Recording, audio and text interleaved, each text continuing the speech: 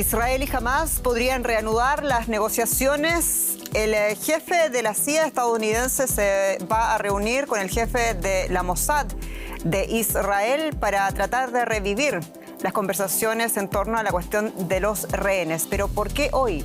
Las imágenes donde se ve a mujeres jóvenes, rehenes soldados israelíes siendo violentadas por sus secuestradores de Hamás, han extremado las protestas contra el primer ministro israelí y su gobierno. Soy Jenny Pérez, aquí en Berlín. Destacamos. Se renuevan las protestas contra el gobierno israelí. Benjamín Netanyahu pide lograr la liberación de los rehenes y de las jóvenes soldados, centinelas de la frontera con Gaza que fueron secuestradas y violentadas por Hamás el 7 de octubre. El partido de ultraderecha alemana Alternativa para Alemania, en su peor crisis, fue expulsado de su bloque político con el que acude a las elecciones europeas del próximo 9 de mayo. Diversos episodios han hecho que la ultraderecha de Italia y de Francia se distancien de sus contrapartes alemanas. Y la Corte Internacional de Justicia rechazó este jueves el pedido presentado por México de medidas provisorias urgentes contra Ecuador por el asalto de su embajada en Quito. Pero, ¿qué reacciones y reelecciones sacan Ecuador y México del quiebre diplomático? Ampliamos desde Quito y Ciudad de México.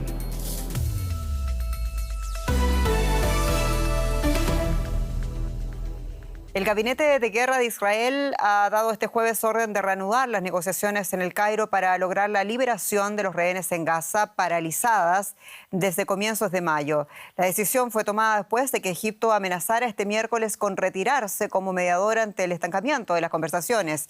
Y tras la publicación de imágenes grabadas por secuestradores de Hamás el 7 de octubre, donde se ve a 5 jóvenes mujeres soldados israelíes capturadas por la milicia terrorista palestina.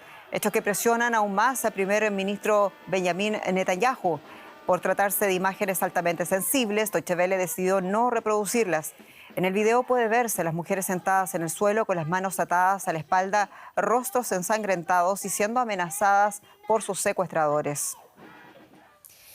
Y queremos ampliar la noticia y lo hacemos con quien ven, con la periodista Maya Siminovich en Tel Aviv. Maya, saludos. Y ¿cuán fuerte calaron estas imágenes de los soldados israelíes en la sociedad y también en el gobierno, bajo presión? Algunas de estas soldados jóvenes tenían 18 y 19 años. Efectivamente, Jenny, hola. Ha sido impactante ver estas imágenes para la gente, se comentan mucho. Hemos visto cosas incluso mucho más horribles, la verdad. Pero en este momento mostrar este vídeo de estas chicas que sí, que tienen 18 y 19 años, a cuyos padres conocemos porque salen entrevistados todo el tiempo contando los últimos minutos en los que hablaron por teléfono y en la labor de ellas y lo mucho que el ejército desoyó todas sus advertencias sobre lo que estaban viendo, que estaba pasando al otro lado de la frontera. Porque recordemos que estas chicas dijeron que estaban viendo movimientos sospechosos y hubo una cadena de mando que simplemente las ignoró. Esto es algo que duele mucho y no sé si será revisión de esta postura tan machista del ejército y de la sociedad en general. Lo que ha pasado cuando se ha visto este vídeo es que también los políticos han reaccionado muy fuertemente y este vídeo ha sido soltado por las familias de ellas, sponsorizados, ayudados por el Foro de las Familias Secuestradas, de Secuestrados y Familias de Desaparecidos, que tratan de darle un impulso a estas conversaciones que, como decías, están estancadas y tal vez producto de eso es que están negociando de nuevo o está Egipto por lo menos tanteando el terreno para ver si se puede hacer una nueva propuesta. Están muy esperanzados. Hoy estuve con alguna de estas familias en su sede, en Tel Aviv, y estaban pensando que están deseando y rezando y queriendo que algo pase y también piden mucho apoyo internacional.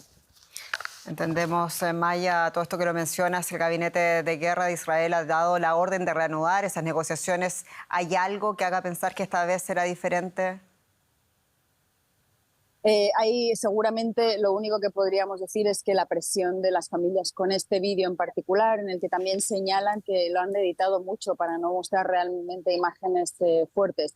Lo que nosotros hemos visto aquí, que no sé si se ha traducido también en el exterior, es que les están diciendo a estas chicas, le están diciendo a ellas mismas, os podéis quedar embarazadas, y le están diciendo, os vamos a matar porque habéis matado a nuestros hermanos, están amenazando directamente. Entonces, es más bien el verlas en ese estado y el escuchar lo que les estaban diciendo en ese momento lo que ha hecho reaccionar, por lo menos algunos políticos y al ejército. El portavoz Hagari ha tenido una alocución muy dramática pidiendo perdón a estas 5 chicas y que no, cómo ha podido ser que hemos llegado hasta aquí. ¿Puede ser que este vídeo presione lo suficiente para que Netanyahu haga un gesto que lleve a alguna acción? Porque por ahora solo ha estado haciendo gestos. Esto es lo que se le critica, que no de verdad ha hecho ningún paso en firme para negociar con Hamás la devolución de los rehenes. Maya Sivinovich, como siempre, muchas gracias por tu reporte en Tel Aviv. Un abrazo. Gracias, Jenny. Y la Asamblea General de la ONU votó a favor de establecer el 11 de julio como el Día Internacional de la Conmemoración del Genocidio de Srebrenica, en recuerdo de la masacre perpetrada por las fuerzas serbo-bosnias en 1995 durante las guerras que acabaron con la desaparición de Yugoslavia. La resolución de la ONU fue adoptada por una ajustada mayoría y a pesar de la oposición frontal de los dirigentes serbios. Antes de la votación, el presidente serbio Aleksandar Vučić dijo ante la Asamblea que la medida ahondaría las divisiones en la región. La fecha del 11 de julio fue elegida por marcar el inicio, hace casi 30 años, del momento en que las fuerzas serbo-bosnias capturaron Srebrenica, matando a 8.000 hombres y adolescentes musulmanes bosnios desarmados. A solo 2 semanas de las elecciones europeas, los 9 diputados del partido de extrema derecha Alternativa por Alemania han sido expulsados de su propio grupo parlamentario, el de ultraderecha en la Eurocámara Identidad y Democracia, como se llama. Bueno, esto se produce tras una serie de escándalos relacionados con el candidato principal, con Maximilian Krah. Recientemente afirmó que no todos los miembros de la organización nazi SS eran criminales y en respuesta la AfD prohibió a Krah hacer apariciones públicas. Por otro lado, el mes pasado la policía alemana detuvo a un ayudante de Krah como sospechoso de espiar para China a cambio de contribuciones. Y ampliamos la mirada con el experto de política alemana, especializado además en movimientos ultra, Franco de Ledone. Un gusto saludarte allá en la ciudad de Wolfsburgo. Franco, ¿cómo valoras esta expulsión y también la reacción del resto de los partidos de extrema derecha europeos para quienes AfD resulta incómodo? Bueno, AfD enfrenta varios problemas, como bien decías. Tenemos la cuestión del espionaje con China, además de las declaraciones de su candidato o cabeza de lista, Maximilian Krah. Se habla de recibir dinero desde Rusia, se habla de diferentes cuestiones que tienen al partido en una situación complicada. Creo que en este sentido el resto de los partidos que componen ese grupo parlamentario en Bruselas decidieron de alguna manera lavarse las manos y quitarlo de en medio, al menos en este periodo de campaña. Pero me parece que la medida es más que nada simbólica, es decir, el impacto real no es tal porque no hay más sesiones hasta que se forme la nueva Cámara, y me parece que cuando llegue ese momento y haya un nuevo reparto de bancas o de escaños, mejor dicho, ahí seguramente las posiciones volverán a ser más pragmáticas, y si los 9, 10 o los escaños que sea que reciba Alternativa para Alemania son útiles para este grupo parlamentario, seguramente va a haber algún tipo de acuerdo y se van a reordenar y volver a organizar en conjunto, ¿no? Y es simbólica, Franco, también porque la campaña política de las elecciones europeas sigue y también siguen los políticos expulsados en las papeletas de votación del próximo 9 de junio. ¿Tendrá este episodio acaso algún efecto en las urnas? Yo creo que si hay un efecto, ese efecto va a ser leve. Es decir, algunos votantes en algunos puntos tal vez se vayan al abstencionismo, pero recordemos que este partido, Alternativa para Alemania, como los otros partidos de la familia de derechas radicales, trabajan en función y consiguen sus resultados en función del descontento. Es decir, se vota por la negativa a estos partidos, se vota en contra de lo otro. Entonces me parece que en ese sentido puede ser que AfD sufra algún tipo de golpe, algunos votos que se pierdan, pero la persona que ya decidió apostar por este partido para expresar esa decepción, ese descontento, va a mantener ese voto y va a continuar tomando esa decisión. Y a todo esto de la clave política interna alemana, Franco, una cosa es la censura en el contexto de las elecciones europeas contra AfD y otra es el futuro del propio partido. Con todo lo que estamos conociendo, ¿veremos acaso la prohibición de AfD aquí en Alemania? El tema de la prohibición es un tema muy delicado. Se trata de una herramienta que existe en Alemania que tiene que ver con prohibir partidos que pongan en peligro la democracia, pero como te decía, al ser una herramienta muy delicada porque se necesita una cantidad de condiciones a cumplir para que efectivamente un partido sea prohibido por el Estado, por la justicia alemana, necesita de cumplir con todas esas condiciones y puede ser bastante complejo y bastante peligroso no ejercer todo ese proceso a la larga, ¿no? Y me parece que en ese sentido algunos temen por un proceso de victimización que pueda recibir, o que pueda formular o tratar de instaurar AfD si ese proceso entra en marcha, y en ese sentido creo que van a ser cautelosos más allá de que la discusión sigue estando sobre la mesa. Franco de Leone, como siempre, un gusto hablar contigo. Muchas gracias. Muchas gracias. Hasta la próxima. Y Alemania conmemoró este jueves el 75 aniversario de la aprobación de su constitución, oficialmente conocida como Ley Fundamental. La efeméride se celebró con una ceremonia que incluyó un concierto en el que la Orquesta Filarmónica de Berlín interpretó la Quinta Sinfonía de Beethoven. El presidente de Alemania, Frank-Walter Steinmeier, fue el anfitrión del acto y recordó que la Ley Fundamental se redactó en respuesta a los crímenes de la Alemania nazi. Steinmeier aseguró que la Constitución alemana se ha convertido en una referencia para otros países con un pasado autoritario. Y hace ya 2 semanas que el ejército ruso viene aumentando su presión e intensificando su ofensiva militar en el noreste de Ucrania, obligando así a Kiev a extender su línea defensiva. Este jueves, un ataque ruso con misiles mataba al menos a 7 personas, dejando a una veintena más heridas en Kharkiv, la segunda ciudad más grande del país. Según las autoridades locales, los misiles alcanzaron una imprenta en la que se encontraban trabajando en el momento del impacto más de 50 empleados. Mejor cambiamos de tema. Esperemos que Andrés Blumenkrantz nos traiga algo más ameno. Voy a hacer lo mejor posible, Jenny.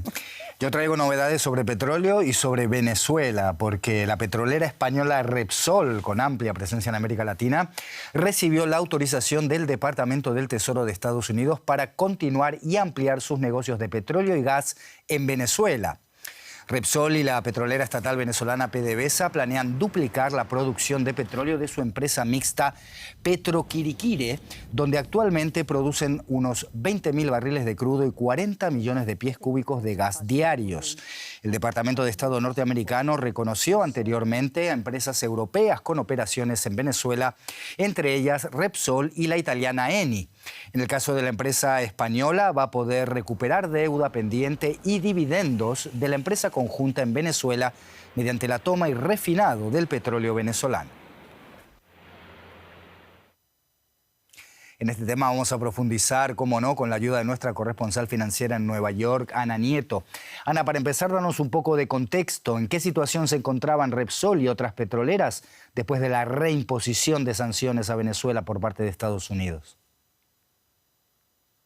Sí, estaban en compás de espera. El mes pasado Estados Unidos dejó expirar el alivio general temporal a las sanciones petroleras después de que el gobierno de Nicolás Maduro prohibiera a la líder opositora presentarse a las elecciones.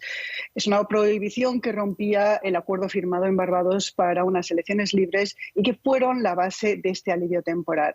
El Tesoro, no obstante, el Tesoro americano abrió la posibilidad de aprobar licencias de empresas una a una que ya tuvieran presencia en el país para evitar que entraran en colisión directa con las acciones estadounidenses o que incurrieran en incumplimientos de contratos.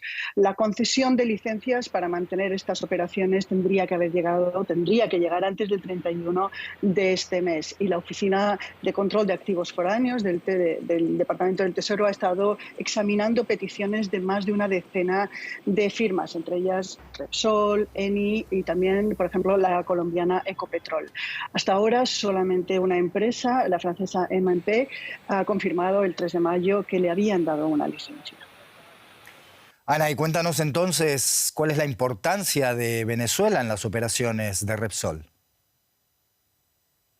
Repsol llegó a Venezuela en el año 1993 y ahora tiene 3 empresas conjuntas con PDVSA y en una de ellas además participa la italiana Eni. Recientemente las empresas firmaron un acuerdo para la gestión conjunta de estas empresas conjuntas en las que Repsol ganaba algo más de control operativo.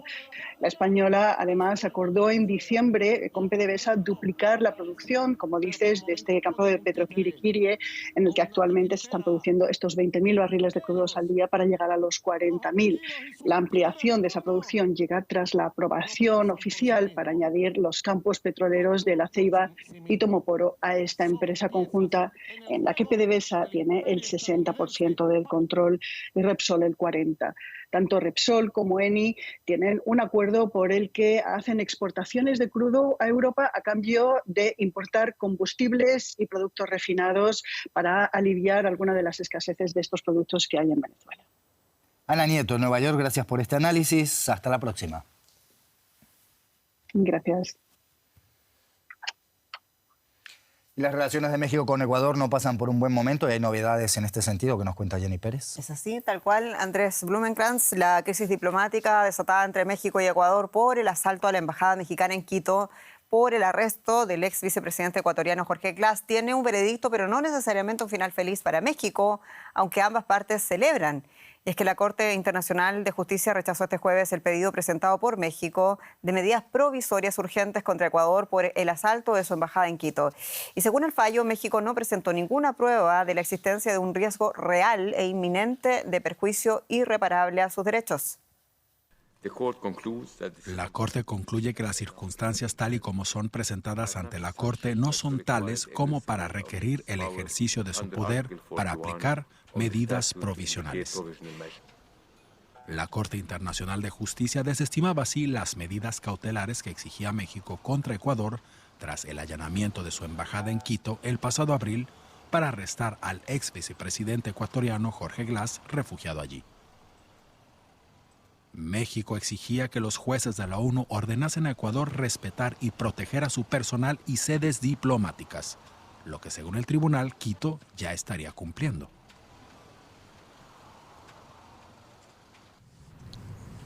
Para nosotros esto es un primer paso, son las medidas provisionales solicitadas por México y tenemos todavía algún camino que recorrer, pero por supuesto nosotros siempre estamos dispuestos a conversar y a dialogar con México. El veredicto enfatizó, eso sí, la necesidad de respetar los principios de la Convención de Viena que protegen la inviolabilidad de enviados diplomáticos y embajadas, y también subraya el compromiso de Ecuador de no ingresar en las sedes diplomáticas mexicanas en su país. La credibilidad de Ecuador está en juego ahora porque si lo llegara a hacer, no solo violaría un compromiso jurídicamente vinculante ante la Corte, sino su credibilidad ante el mundo. Nos sentimos muy satisfechos por este resultado. El Alto Tribunal de La Haya pone por el momento punto y seguido a este conflicto diplomático sin precedentes, ya que el fallo se produce en una fase provisional del caso. México sigue acusando a Ecuador de violar el derecho internacional y pide que Quito sea suspendido de la ONU hasta que emita una disculpa pública, mientras que Ecuador sigue defendiendo el asalto a la embajada en pos del ejercicio de la justicia contra Glass. El fallo no afecta el derecho de las partes a presentar sus contraargumentos, por lo que el caso podría tardar años en resolverse. Y ampliamos esta noticia con quien ven, con mi colega Ramiro Carrillo en Quito. Ramiro, saludos. Y el gobierno ecuatoriano dijo que recibe la noticia con beneplácito, pero el antecedente queda. ¿Hace el gobierno del presidente Noboa alguna autocrítica del suceso? Un cordial saludo a la audiencia y bueno, pues no más que una autorreflexión, ha sido una ratificación de la postura ecuatoriana frente a la situación con México, postura que se deriva en dos temas ya planteados anteriormente: la apertura de un diálogo con México y su gobierno y al mismo tiempo justificar que México hizo también una violación al derecho internacional al permitir que un prontuariado, un sentenciado por la justicia ecuatoriana, esté en el local de su residencia. En todo caso, hay expectativa por lo que dirá mañana el presidente Daniel Noboa, en donde hará un resumen de la situación con México ante su informe al país que dará en la fecha cívica del 24 de mayo ante la Asamblea Nacional. Claro, y buscará que esta situación no se vuelva a repetir. Ramiro, ¿cómo seguirán entonces a contar de ahora y de acuerdo a lo que ya señalabas, ese diálogo que se busca con México a partir de este veredicto que se comenta de este tema ya en Quito? Bueno, ha habido diversos comentarios, especialmente de analistas internacionales, quienes han considerado que esta solicitud de medidas cautelares rechazadas ahora por la Corte Internacional de Justicia por parte de México fue siempre innecesaria y que era una resolución que se esperaba. Y más bien se ha abierto también expectativa por la frase que pone en esta resolución la Corte Internacional de Justicia, en el sentido de que la inviolabilidad de las embajadas es un principio fundamental. Por ahí podrían ir las decisiones que en los próximos meses podrá tomar la Corte Internacional de Justicia, Jenny. Ramiro Carrillo, muchas gracias. En Quito. Un gusto, un placer, hasta pronto. Y reacciones también en México. Vamos a Ciudad de México con el periodista Aitor Sáez. Aitor, saludos. El Tribunal Internacional de Justicia emitió ese veredicto a favor de Ecuador. Y repito la pregunta que le hice antes a nuestro periodista en Quito. ¿Hace el gobierno mexicano una autocrítica tras este episodio? ¿Lo pensará más antes de ofrecer asilo político a personas con problemas con la justicia? No, parece al contrario. Desde la Cancillería mexicana han expresado satisfacción por la orden emitida, ya que consideran que se reconoce que existe una inviolabilidad de las misiones diplomáticas y que esa inviolabilidad es absoluta. El propio presidente López Obrador ha minimizado ese rechazo y ha asegurado que aún no termina el juicio y que confía en ganar la demanda de fondo. Es decir, lejos de verlo como una derrota o hacer autocrítica, el gobierno mexicano sigue firme en su convicción de ofrecer asilo político en sus embajadas. Recordar que se trata de una tradición y una característica que ha marcado la política exterior de México. ¿Y cómo siguen las relaciones con el gobierno ecuatoriano a contar de hoy, que se comenta allá en México? Pues el presidente López Obrador ha reiterado esta mañana que no hay intención de que su gobierno retome las relaciones diplomáticas con Ecuador y ha ido más allá. Ha calificado al gobierno de Daniel Noboa como autoritario, irrespetuoso y desconocedor del derecho internacional. El mandatario mexicano ha puesto condiciones para un posible diálogo. Estas serían una disculpa pública, respetar el derecho de asilo, es decir, permitir que Jorge Glas pudiera llegar a México, un compromiso de no repetición y, como se ha planteado a la Corte, que cualquier país que haga lo mismo que Ecuador sea retirado de Naciones Unidas. A día de hoy, ninguna de esas condiciones parece cerca de cumplirse, así que se espera un largo periodo de bloqueo diplomático entre ambos países. Aitor Sáez, muchas gracias. En Ciudad de México. Y más noticias. En Colombia hay documentados 120.000 desaparecidos y esto representa naturalmente impunidad en el sistema de justicia, pero sobre todo un enorme drama humano para los familiares de los desaparecidos.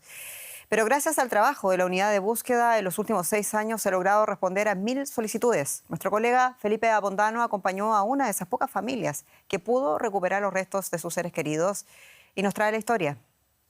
Más de 30 años después, Pablo Contreras vuelve a casa de sus padres.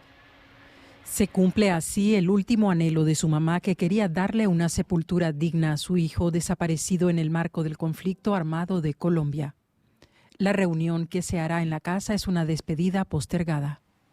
Sí, mi mamita sí, querer encontrarlo demasiado. Allá arriba el tío Jacinto le había dicho más o menos en qué parte había quedado y que fueran juntos a hablar y eso, pero más de uno le dijo que no. Tenían que ir, pero como con gente, así como ahorita, ¿no? Entrega digna, tenían que ir con autoridad y eso, pero que ellos solo no podían hacer eso. El tío de Pablo sabía dónde habían enterrado a su sobrino, pero también sabía que el grupo armado que lo había asesinado estaba atento a quien fuera a buscar el cadáver. Tuvieron, ¿no?, estos retratos, fotos, y eso los quemaron todos. El ejército vino y esculcó y todo, quemó lo de parte de mi hermano Pablo. No dejó nada ahí de eso. Y que entonces pues, lo estaban, era como en amenaza, mamá la tenían, era amenazada, y entonces por eso ella tampoco, entonces no. Digo que últimamente dejaban así, no iban a rescatar a mi hermano Pablo. La búsqueda fue asumida por el hijo mayor de Pablo, que jamás conoció a su padre, pero que pasaba sus vacaciones en esta casa y estuvo buscando el cadáver los últimos 10 años. Eso fue como una forma de retribuirle un regalo a mi abuela ella cuando estaba en vida siempre nos pedía de que si teníamos la posibilidad de conseguir los restos de mi papá, lo hiciéramos. La actividad que se realiza hoy en casa es una forma de despedir a Pablo. Su familia cree que fueron afortunados al tener pistas sobre la fosa común donde lo enterraron. Es difícil llegar donde lo fueron enterrados. No es fácil llegar a un lugar donde los grupos armados enterraron los cuerpos porque a veces los entierran sin nombre. Del acto participa la unidad de búsqueda de personas y el segundo hijo de Pablo Contreras. Ninguno de sus hijos lo conoció en vida. Yo sí hubiese querido tener un papá. O sea, yo creería que eso sería un buen hijo. Muchos tienen sus papás vivos y salen con sus papás a hacer actividades, trabajan con sus papás y eso. Y yo sí hubiese sido buen hijo, la verdad. Casos como el de Pablo Contreras son comunes en esta región colombiana, norte de Santander. Lo excepcional es que hayan podido dar con el paradero de Pablo. El defensor de derechos humanos Mario Otero hizo parte del proceso. La búsqueda no descansa, no se detiene. En medio del conflicto es difícil para las familias llegar. Es difícil para los que desean tener alguna noticia de su ser querido. Y esperamos que sigan habiendo posibilidades para los familiares, para las instituciones y las organizaciones sociales que aún siguen buscando.